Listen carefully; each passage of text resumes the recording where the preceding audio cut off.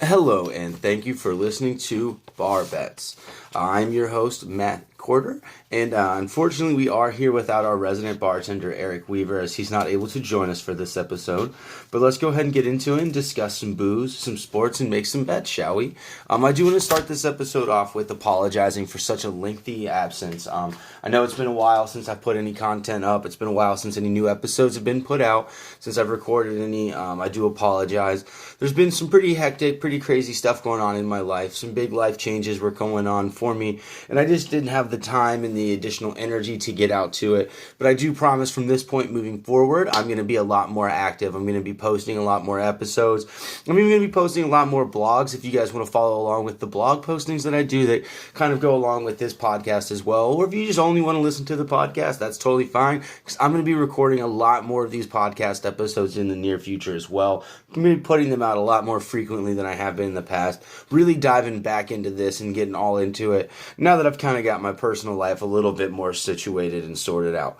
So with that being said, I know we did miss some big important things in the sporting world. The Super Bowl happened, the XFL season started, and don't worry, we're going to jump into the XFL in our next episode and cover that in depth. I want to go ahead and let that get a couple weeks under its belts before I scrutinize it a little too hard.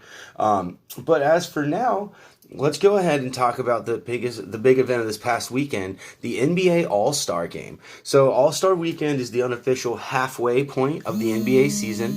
At this point in time, most NBA teams are about 60% of the way through their season. However, they do consider to be about the halfway point. But with the NBA season's All-Star Game, there's a lot of other things that go on during that weekend. As always, All-Star Saturday night open with the Skills Challenge. The Skills Challenge is a head-to-head obstacle course that tests players' dribbling, passing, and shooting abilities. This competition pits guards versus big men, who this year, in what many may consider a surprise or an upset, swept all four first-round matchups. So it eventually came down to two big men, obviously, Bam Adebayo of Miami and Domantas Sabonis of Indiana. Now, Adebayo, the eventual winner, and he was a first-time All-Star Game participant, selected as an All-Star Game reserve this year, really used this competition to kind of help showcase what he's been doing this year and what an excellent season that he's had for himself so far, and that he has really emerged as the future of the Miami Heat. I'm pretty excited about Bam Adebayo. There's definitely big things to come for him. He, like I said, with this competition, really showcased the skill set that he has. Definitely one of the better rim protectors in the NBA.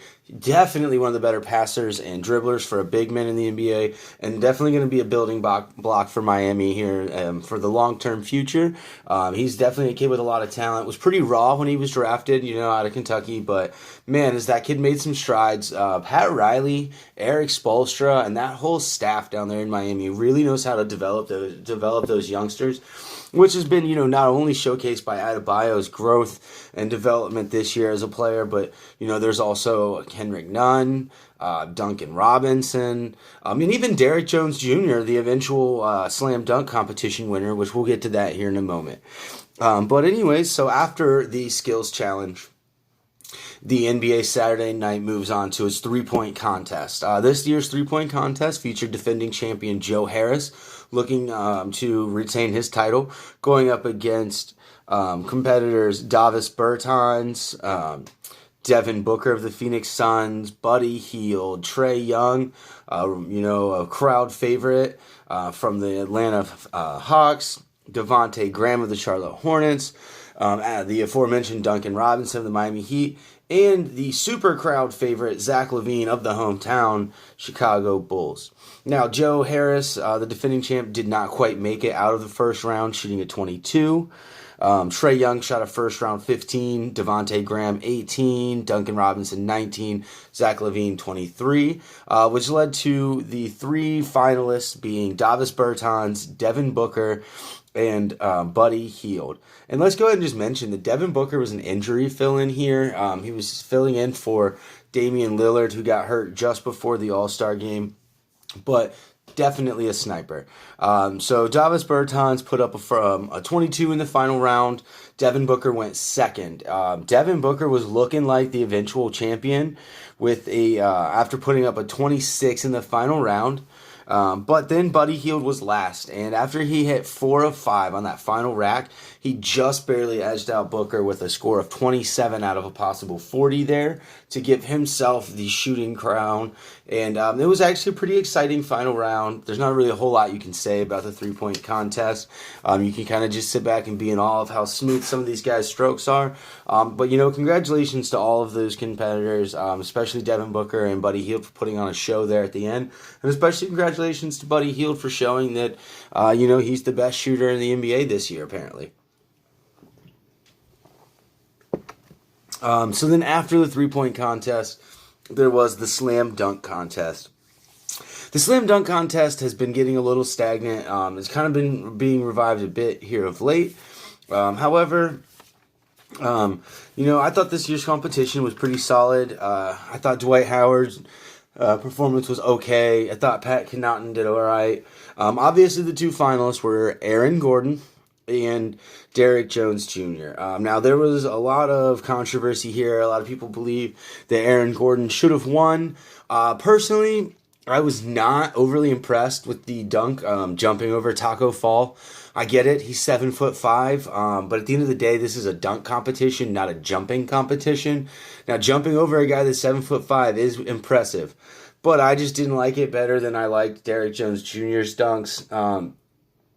And honestly, I thought, of all the dunks throughout the night, I thought both competitors had two dunks that were very impressive. Aaron Gordon's most impressive dunk, in my opinion, was probably that 360 one-hand windmill.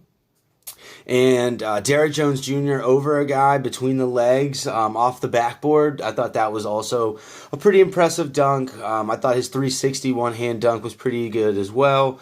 But all in all, I have no issues with Derrick Jones Jr. being the winner of the dunk contest. I thought that his best two dunks were better than Aaron Gordon's best two dunks.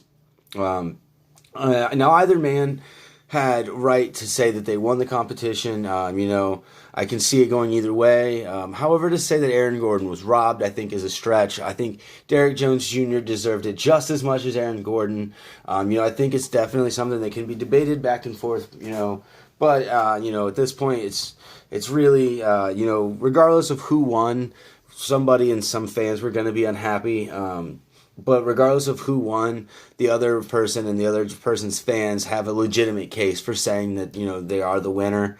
I'm just glad that the dunk contest is, continuing on the upward trend that it's had for the past few years, because there was that year where Aaron Gordon and Zach LaVine kind of showed out. Then the following year was kind of not so much. Last year it was starting to come back a little bit. I want to see some better dunk competitions. I want to see what the NBA has in store in the future. I want to see how it keeps tweaking the rules here and try new things out. Especially speaking of tweaking rules, the All-Star game itself last night on Sunday. There was some big changes there to the All-Star game format. I think a lot of people were pretty excited to see what it was going to look like. I think a lot of people were also a little confused about what it was going to look like. So, I was also in that category that I was very excited to see what it was going to look like. And I don't know. I thought it was a good move on the NBA's part. The first quarter, the second quarter were kind of just back and forth, taking turns, being kind of like a normal All-Star game. The third quarter kind of stepped it up, but that fourth quarter really showed out competition. I think that was what the NBA was seeking to improve. Now, the East did blow a big lead and let the West come back, or I guess Team Giannis let Team LeBron come back. However, I think, looking at those rosters beforehand, I think Team LeBron's roster was definitely the better one. I think it was definitely more well-rounded. Now, I think the Team Giannis roster was built to have a lot of fun. It was built to showcase personalities and all-stars ability and all-star flavor, which I have no problem with, because at the end of the day, this is an exhibition. This is a pickup game. That's what it's supposed to be. It's a show for the fans. But basketball-wise, I think Team LeBron was the more well-rounded roster, more players that were going to fit in together. And I think that fourth quarter was exactly what the NBA was looking for here in their All-Star game and with their All-Star break. I believe it was the players were shooting 56% from the field combined for the first three quarters, and then it dropped down to 36% from the field there in the fourth quarter. You were seeing charges, you were seeing fouls, you were seeing timeouts. There was a coach's challenge. It was a really competitive game without, anyone attempting to do anything crazy and get hurt. Now, I did think that there were some plays at the end where Kyle Lowry's being a little reckless. However, it's not like he was being dirty or anything like that. He's just an older player, and I think you should maybe watch how he throws himself around a little bit there. But you have to go ahead and appreciate that willingness to throw your body around for the win, that want to win. There's definitely a lot of appreciation there for that. I think a lot of the guys really showed that they wanted to win this game. They were really competitive. I really enjoyed how much they had a tribute and a highlight to Kobe Bryant. I thought that was beautiful. Now, I know that there's a lot of people on both sides of the Kobe Bryant spectrum, However, I think, to say that Kobe Bryant is the person he was in 2003 and 2020 is absolutely insane. And I think that Kobe Bryant has deserved all of the praise he's received. But, that's neither here nor there. I think what's most important is that, everyone at the game was pleased with the way they tributed him. And, even if you weren't a Kobe Bryant fan, you have to be pleased with the way that everyone decided to honor him in his death. Obviously the shadows will always follow him and his reputation. But that's not something that you want to dwell upon, immediately after the death of someone, especially in such a tragic manner where their daughter was involved. So all in all, I really enjoyed the Elam ending with the All-Star game. I think it's definitely something that's going to be around for at least the next few seasons. Now it's going to be something that I'm sure will be debated. They'll maybe continue to try and tweak it. Maybe they'll leave the All-Star game exactly the way it was next year and then tweak it after. Who knows? But that is one of the things that I do thoroughly enjoy with the NBA is that they are constantly trying to tweak and develop that and trying to, figure out the best way to make the best product for the fans, for the players, and for the TV companies that are broadcasting the games and bringing in all the revenue. The NBA is very cash conscious, and they're very, conscious of the environment that needs to take place for all parties to work together. And I commend them for their willingness to work with that. And I'm really excited about what they did this year. I'm really excited to see what they'll do in the future. I really hope that you guys thought that was a good All-Star game. Let me know what your thoughts on that All-Star game were. Let me know how you liked the changes, what you did or did not like about the changes, and especially let me know what you think it could be done better. Either way. And then, so aside from the All-Star game, now what the NBA moves on to really the second biggest half of its season, the in-season free agency, if you will. So the NBA trade deadline was right before the All-Star game, and then right after the trade deadline and after the All-Star game is the buyout market and the waiver market, where veterans will go ahead and, get released from teams so that they can join winning teams and make a difference. So what I want to do is I want to go ahead and go through all of those trades that were performed here at the NBA deadline and just beforehand, just so we can be clear on where these rosters are shaking out and where people are going to be start playing again here on Thursday, and potentially look into some of these guys that are potential buyout candidates and they may potentially find themselves somewhere else very soon. If a player is bought out, they do need to be joined on their new team by March 1st to be eligible for the playoffs. So these are going to start happening pretty quickly once we come back from the All-Star break, and I just want to make sure we get all that covered.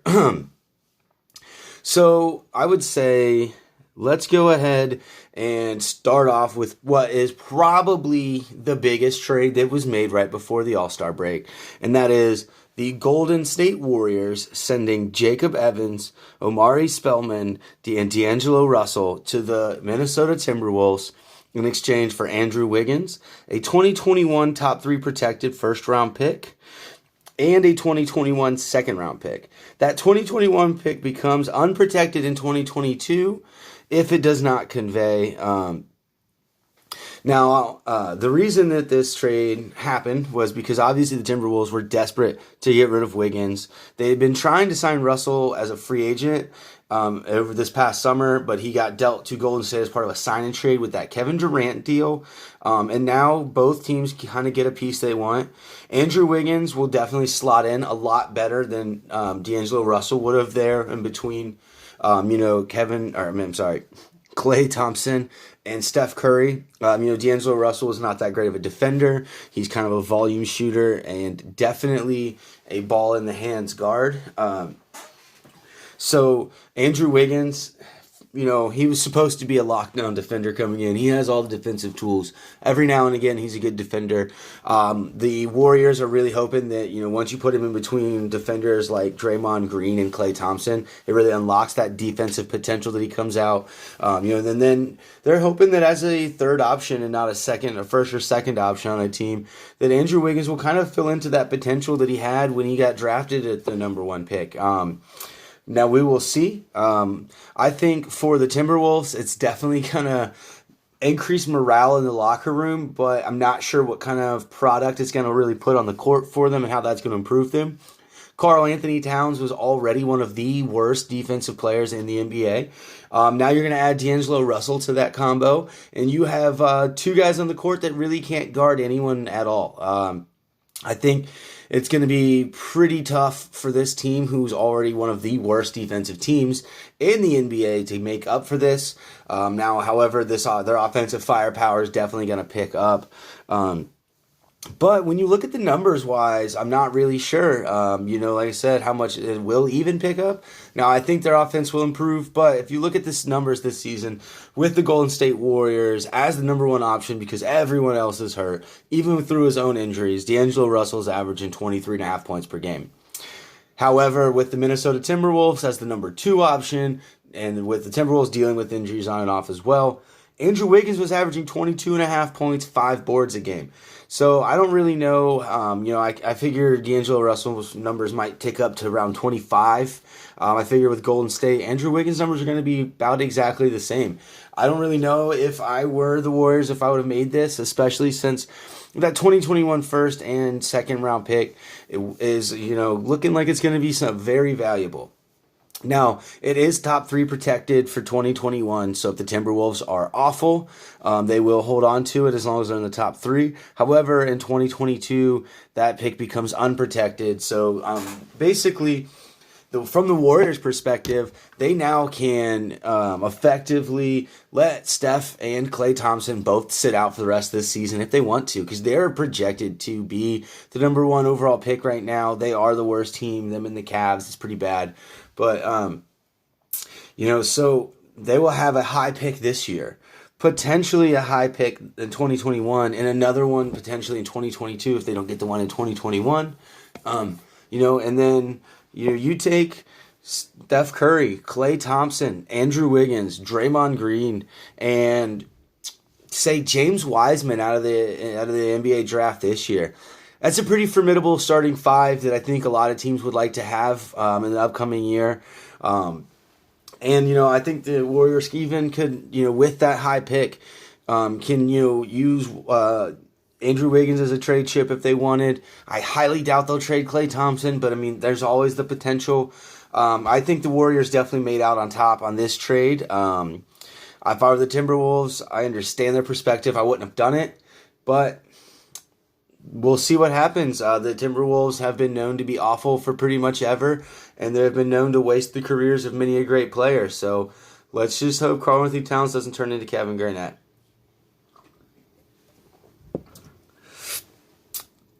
In other trades, what I believe will probably be the second biggest trade of the deadline, the Los Angeles Clippers get Marcus Morris from the New York Knicks and Isaiah Thomas from the Washington Wizards. Isaiah Thomas has since been waived, but Marcus Morris from the Knicks, I believe, will be a big, big addition for the Clippers. Gives them shooting and gives them a lot of depth off the bench. Can come in and be a starter in case anyone gets injured. And it's a big body that can rebound. Now for the Knicks, they got Mo Harkless, the Clippers 2020 first round pick, a Pistons 2021 second round pick, a top 4 protected 2021 pick swap with the Clippers. So basically, what this means, so the Knicks get Mo Harkless, so a solid piece, but fell out of favor there in Los Angeles, kind of fell out of the rotation. But, he's a good defender, can defend the 3 and the 4. He has a little bit of pop from outside, has some length at 6'9", veteran presence, but just not really working out for the Clippers. And I think, Mo Harkless for Marcus Morris is a good swap, especially since the Knicks are going to get that 2020 first-round pick. Now, that's going to be a high pick, obviously. A lot of people figure the Clippers are going to finish well this year. But they get the 2021 second-round pick as well. And then that 2021 pick swap. So that'll be, as long as that's not in the top 4, the Knicks can swap their pick with the Clippers, depending on who has the more favorable pick that they want. Now, the Wizards in this deal received Jerome Robinson. He was the 13th overall pick in 2018 out of Boston College. Now, Jerome Robinson's a good player, very athletic, 6'5", swing guard. He can play the 2, he can play the 3. Pretty raw still working on shooting. Definitely has high potential there. But basically, the Wizards were just involved to try and just shed salary at this point and for upside. So it's not a terrible move on the Wizards. And, Isaiah Thomas is, old and short. So it was a good move on their part, but I think the Clippers really got the best out of it, with Marcus Morris looking like he's going to be a big contributor to a title defender. Now, the third biggest trade, in my opinion, is that 4-team trade that went down, where the Rockets acquire Robert Covington and Jordan Bell from Minnesota Timberwolves. The Atlanta Hawks got Clint Capella and Nene from the Rockets. The Timberwolves got Malik Beasley, Juan Hernan-Gomez, Jared Vanderbilt from the Nuggets, and Evan Turner and the Nets' 2020 first-round pick with top 4 protection as well from the Hawks. So the Nuggets got Keita Bates-Diop, Shabazz Napier, and Noah Vonleh from the Timberwolves, Gerald Green, and a 2020 first-round pick from Houston. Now, I'm not really sure how I like this pick for Houston. I like Robert Covington. I like Rocco a lot. He's 6'9". He's got length. He can defend the 3, the 4, the 5. Jordan Bell, high-energy reserve big man. He looked pretty good in limited runs there in Golden State. Hasn't been playing much in Minnesota. We'll see there. I don't like how small the Rockets got. Now they do have a roster spot. They may sign a big man. Hopefully they get one from that was waived to make up for the losses of Clint Capella and Nene. At this point, the only big man on their roster is Tyson Chandler, and he's pretty old. Now for the Hawks, they get Clint Capella and Nene. Now Nene will probably just be used as a locker room presence. More than likely will get waived if he is, if he is kept. He'll be the locker room presence. I don't believe that'll happen. Now Clint Capella will slot in well with the Hawks' other big man, John Collins. They're both rim runners. Neither of them are great shooters, but I do think what it'll do is allow the Hawks some time to develop both players, especially John Collins, who's been a little bit injury prone at this point in his career. Now, I really liked this move for the Timberwolves, which is good because I didn't like the other move where they sent off Andrew Wiggins. Now, Malik Beasley's a former first-round pick, pretty solid player. He's a scorer and a shooter. Can play defense okay. Not gonna be the guy that's leading the team. But could definitely make an all-star game at some point in his career. He is that kind of scorer. Juan Hernan-Gomez showed great versatility and great usage there in Denver, even coming up as a starter with a bunch of injuries. Jared Vanderbilt is pretty pretty young, unproven. But now that Michael Porter Jr. isn't injured, hasn't really seen a lot of time to play there at the power forward and small forward position. Now, Evan Turner and the Nets' 2020 first-round pick are also why I like this for the Timberwolves. Evan Turner can play the point guard, can play the 3, can play the 2, can guard all 3 positions. And that 2020 first round pick from the Nets does have top 14 protection. So the Nets do need to make the playoffs in order for that to convey.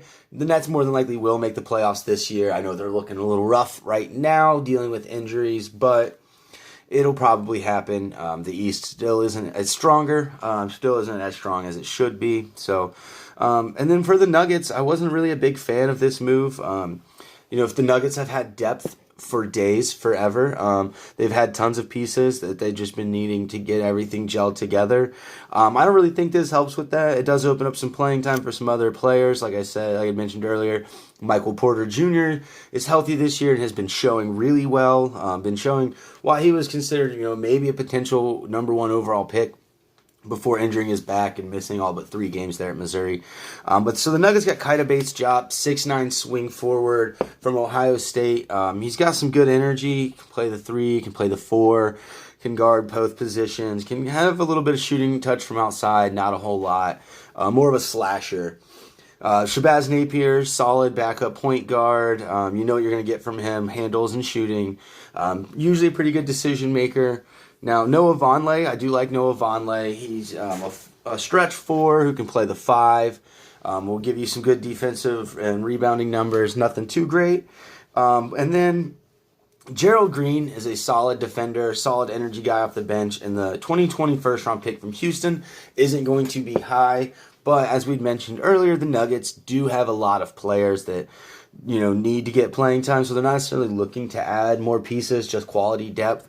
So that's not too bad. Like I said, I'm not a big fan of this for the Nuggets because it does break up that continuity that they had. And it really just doesn't make them any better, in my opinion. And I believe that out of all the players they lost and all the players they received, Malik Beasley was the best player in that package. So we'll see how that turns out for all the teams there. But I think the Rockets got more interesting, but not necessarily better. I think the Nuggets didn't really make a good move, but they are known as a smart organization, so we'll see. I like the new move the Hawks got of getting Clint Capella, and I mostly like the T-Wolves here in this trade.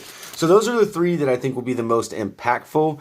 Other than that, there were plenty of other trades that occurred, but will not necessarily change the face of each franchise. So the Cavaliers got Andre Drummond for basically the bus fare that it took him to get from Detroit to Cleveland. They traded Brandon Knight, John Henson, and then they get to do a second round pick where it's the Pistons get the worst of either the Cavs or the Warriors 2023 second round picks because the Cavs have that Warriors pick. So basically, I think the Pistons held on to Andre Drummond until he had absolutely no value left and then traded him, which was the absolute wrong move. It's pretty sad to see a player like Andre Drummond, who's leading the league in rebounding, if I'm not mistaken, just be reduced to absolutely nothing in value. I think Andre Drummond is still a valuable player. I hope the Pistons, really figure out what the heck is going on there, because that team just does not look like it knows what it's doing at any points ever. And I hope the Cavaliers waive Andre Drummond, and he can get off to someone who can actually use his services and be useful, and he's not stuck in Cleveland for the year. But we'll find out. Other minor trades, the Hawks got Dwayne Dedman and the better of the Rockets and the Heat's 2020 second round picks, in addition to the Heat's 2021 second round pick. In exchange, the Kings got Jabari Parker and Alex Len. I think that this is definitely a better get for the Kings than the Hawks. Now, Dwayne Dedman did one out. He's a solid reserve big man, can kind of stretch the floor a bit there, play some solid defense in limited minutes. Wasn't getting much run in Sacramento, was unhappy and wanted out. I think swapping him for Alex Len is okay. Alex Len's pretty similar, backup 5, can play some okay defense, stretch the floor a little bit. Not much on the dribbling end, not very quick. And then Jabari Parker is pretty much an offense-only player. used to be a lot of potential, high pick there in Milwaukee. Got injured a couple times. Kind of saw his career fall off after getting selected there out of Duke high in the first round. I believe it was number 2. But I think Jabari Parker will be able to provide some scoring there for the Kings. I think Alex Len for Dwayne Dedmon doesn't do anything for the Kings. It's just a same. So essentially they got Jabari Parker for 2 second-round picks. I'm a big fan of this. The Hawks are trying to build a core around John Collins, Trae Young, and now Clint Capella and Cam Reddish. So I like what the Hawks are doing here. Acquiring these picks. Jabari Parker, Alex Len were kind of underachieving, not really doing a whole lot. This doesn't really move the needle for me in one way or another on either team. So it was just kind of a trade that made a little bit of sense on both team sides. I think the Kings got the better of this trade. I would love to see the Kings kind of put something together and turn their season around here a little bit at the end, even though they're not going to make the playoffs. And I'd love to see Jabari Parker kind of really turn around his career projection, even though it's not really looking like he will. But we'll see what happens. Other minor trades. So we have the Rockets getting... one second. Yeah, the Rockets getting Bruno Caboclo from the Grizzlies. And in exchange, the Grizzlies get Jordan Bell, who the Rockets had just acquired from the Timberwolves, the right to swap either the Mavs or Heat's 2023 second-round pick, whichever one is worse, with the Rockets' 2023 second-round pick. So basically, if the Rockets have a better second-round pick than either the Heat or the Mavericks second-round picks that the Grizzlies have in their possession already in the year 2023, they can swap the worst of their picks for the Rockets pick if it's better. So basically the Rockets get Bruno Caboclo. The Grizzlies get Jordan Bell. Bruno Caboclo was a former first-round pick of the Milwaukee Bucks. He was a small forward, kind of got turned into a power forward last year with the Memphis. Did pretty well as a reserve late in the season. Basically, this trade doesn't really do much for either team, in my opinion. The Grizzlies just kind of trying to get more second-round picks in the future. They don't even convey for a while. The Bruno Caboclo fits a little better there in the Rockets scheme than Jordan Bell would, with athleticism and a little bit of shooting. However, I don't really see either player getting much play in their respective new teams' uniforms. So we'll just keep an eye on that. This is a trade that I forgot. This one right here is probably the 4th biggest trade in the NBA this past few weeks. This one will probably have the most impact aside from those other 3. Where the Miami Heat got Andre Iguodala, who then immediately agreed to a 2-year, $30 million extension, plus Jay Crowder and Solomon Hill. The Minnesota Timberwolves get James Johnson from the Miami Heat, and the Memphis Grizzlies got Justice Winslow and Deion Waiters from the Heat, and Gorgie Jang from the T-Wolves. Now, the Heat getting Andre Iguodala, I think this is a big move. Another veteran presence, solid defender. Obviously getting up there in age, but they wanted someone to help show those young guys around, along with Jimmy Butler. Him and Jimmy Butler look like they'll be great on the defensive ends together. A lot of communication there. Jay Crowder's another solid veteran defender. Questionable shooter, but we'll definitely give that defensive presence. Solomon Hill's an okay shooter, just kind of a salary cap filler there for him. Now, the Timberwolves got James Johnson just kind of as a salary cap filler as well. They wanted to get a expiring contract so that they can have more salary cap room eventually for the offseason. James Johnson's an all right player, 6'9", stretch 4. Has an outside presence, hasn't really been playing much, kind of been injured. Now, for the Grizzlies, I love this trade. The Grizzlies get Justice Winslow, who former first-round pick of the Miami Heat, a small forward / point guard role, like a point forward who is good vision, great passer, can get his own shot. He's kind of a slasher. Needs to work on his shot a little bit. But he's been a little injured, so he kind of fell out of the Miami rotation this year. And Miami sees their window to strike there in the East, and I don't blame them. I believe they're the 3 seed right now, and they should pounce. And if that does cost them Justice Winslow, who's a fine young player who had some developing to do, but a little injury history, I think that's okay.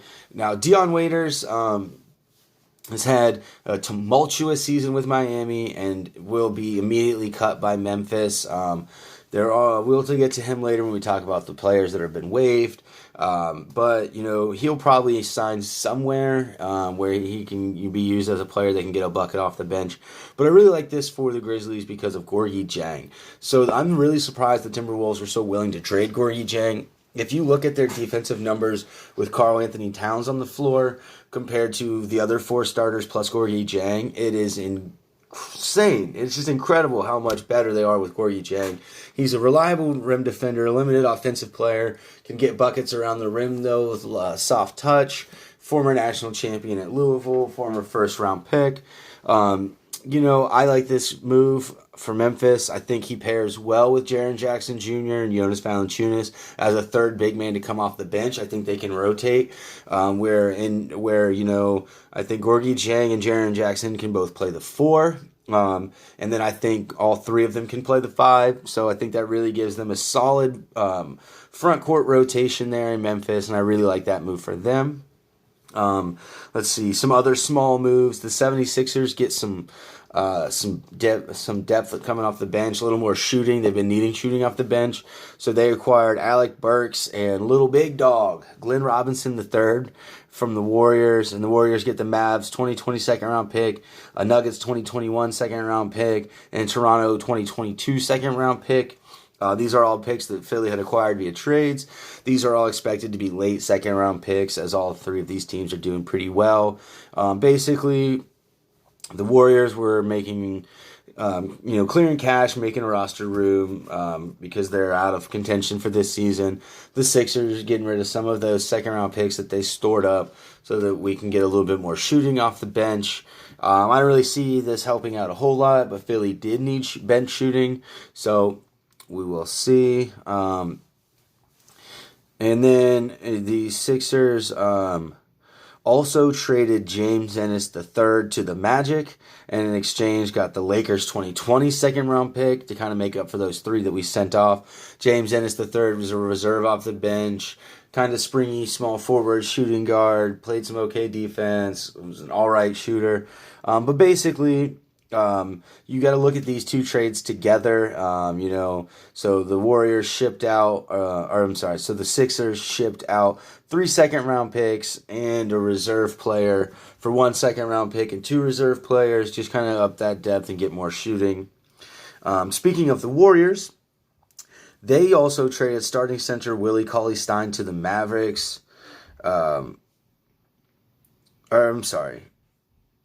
Yes, to the Mavericks, and then in exchange they got the Jazz's 2020 second-round pick.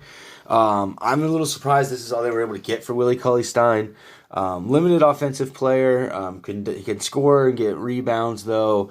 Rim runner, okay rim defender. Was having a pretty decent year as Golden State starting center. He'll now be the Mavs rotation piece.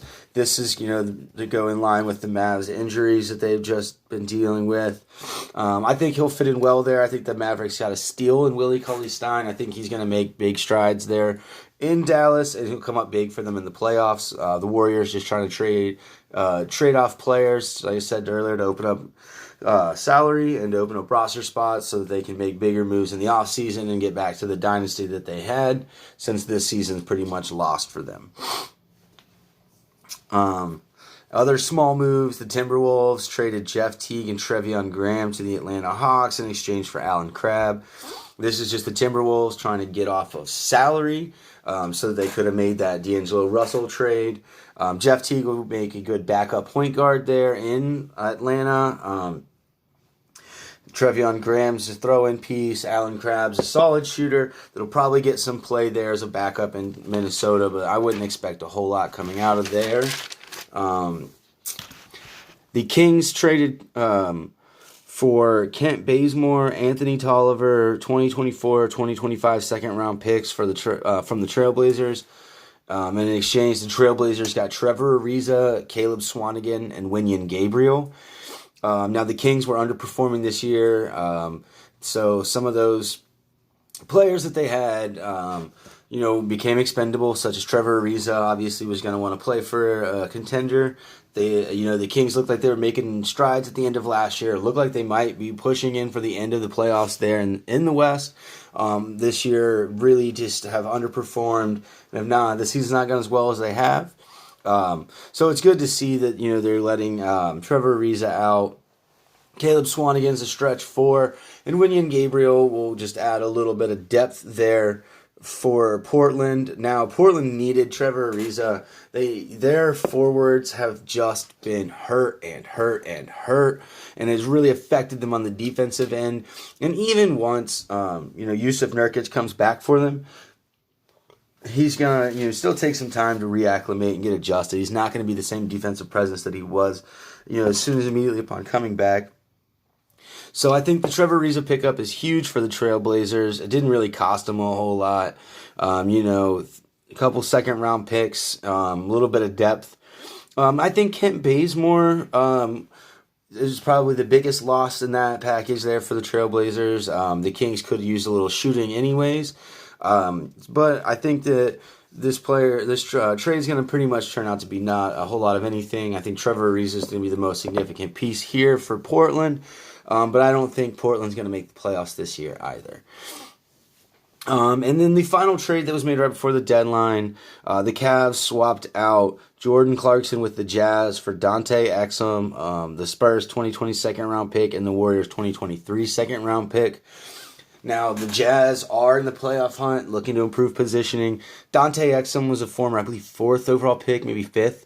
A lot of potential coming out of Australia, but just unfortunately could not be hurt. Just got hurt pretty much every year. And at this point, the Jazz need performance, not potential. And the Cavs aren't going anywhere, so potential is something that they could use some future. Jordan Clarkson's going to prove to be a solid backup point guard there in Utah. He's a guy who can get a bucket when you need a bucket. He's a volume shooter, volume scorer. I wouldn't trust him late in games, especially in the playoff scenarios. But I think he will turn out to be a good player there in the Utah system for what he's going to be asked to do. So after all those trades, as I mentioned earlier, this is the part of the season that we like to call the mid-season free agency or the buyout and waiver market.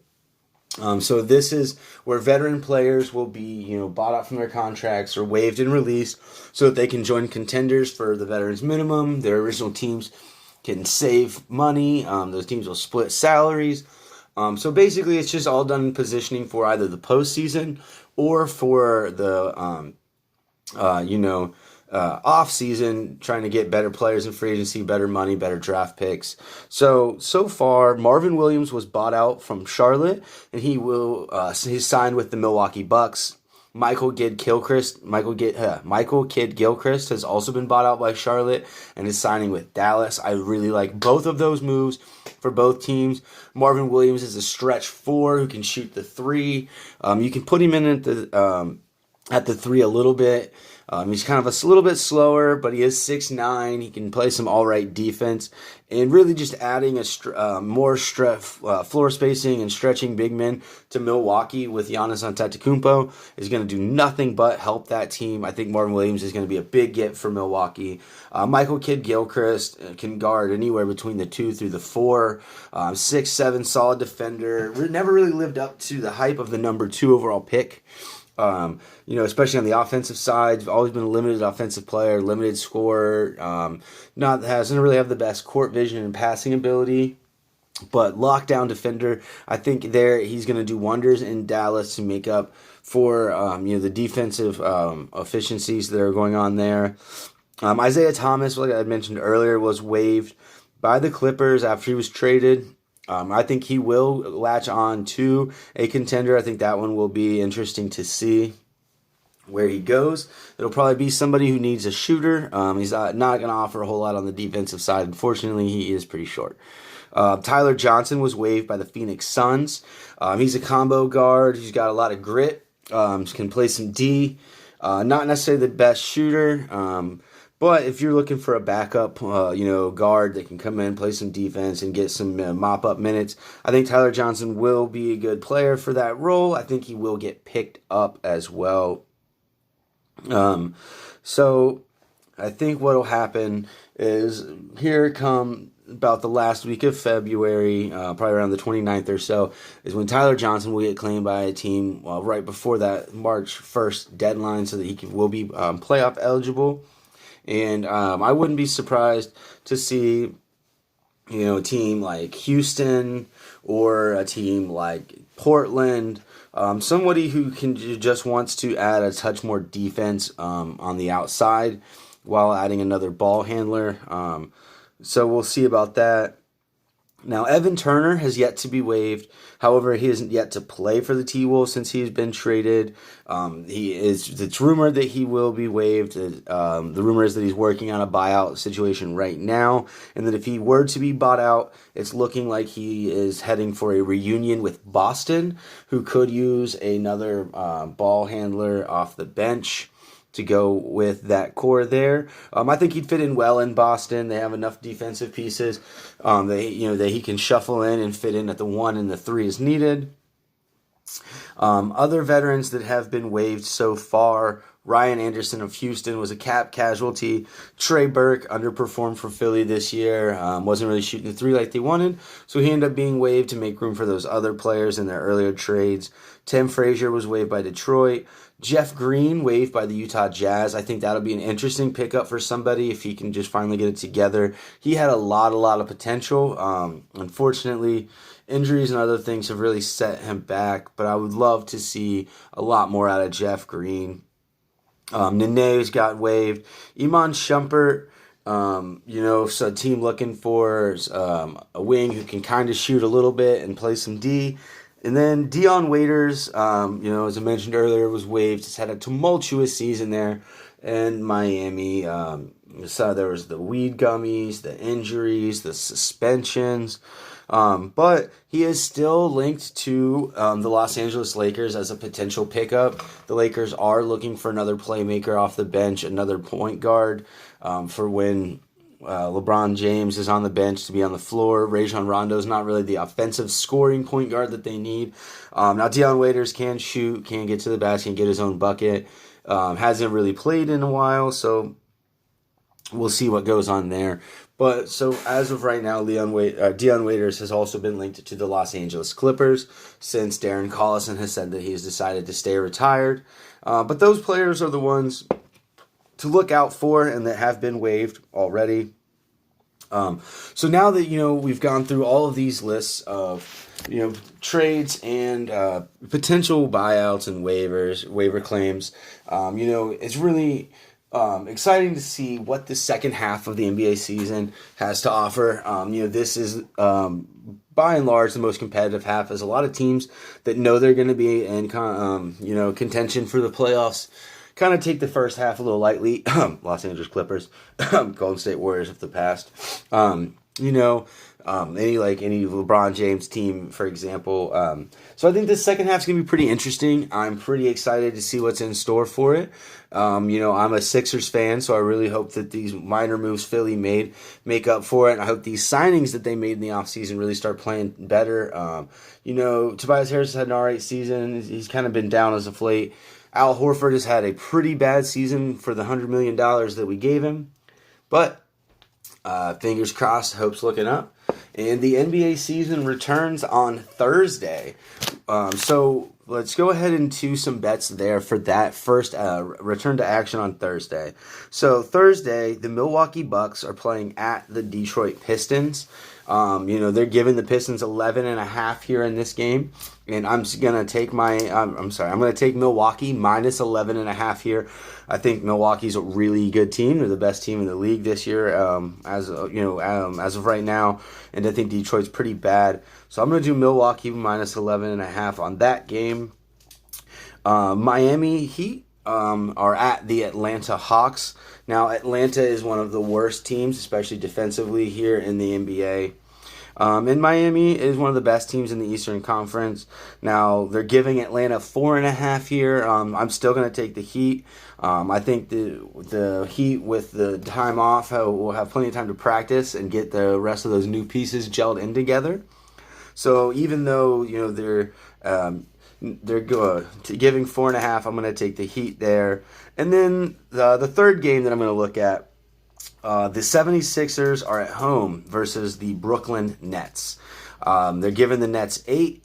The Nets have been reeling as of late. Both teams have won 2 of their past 3, but the Nets have dipped down to under 500 here and are pushing for a late playoff run.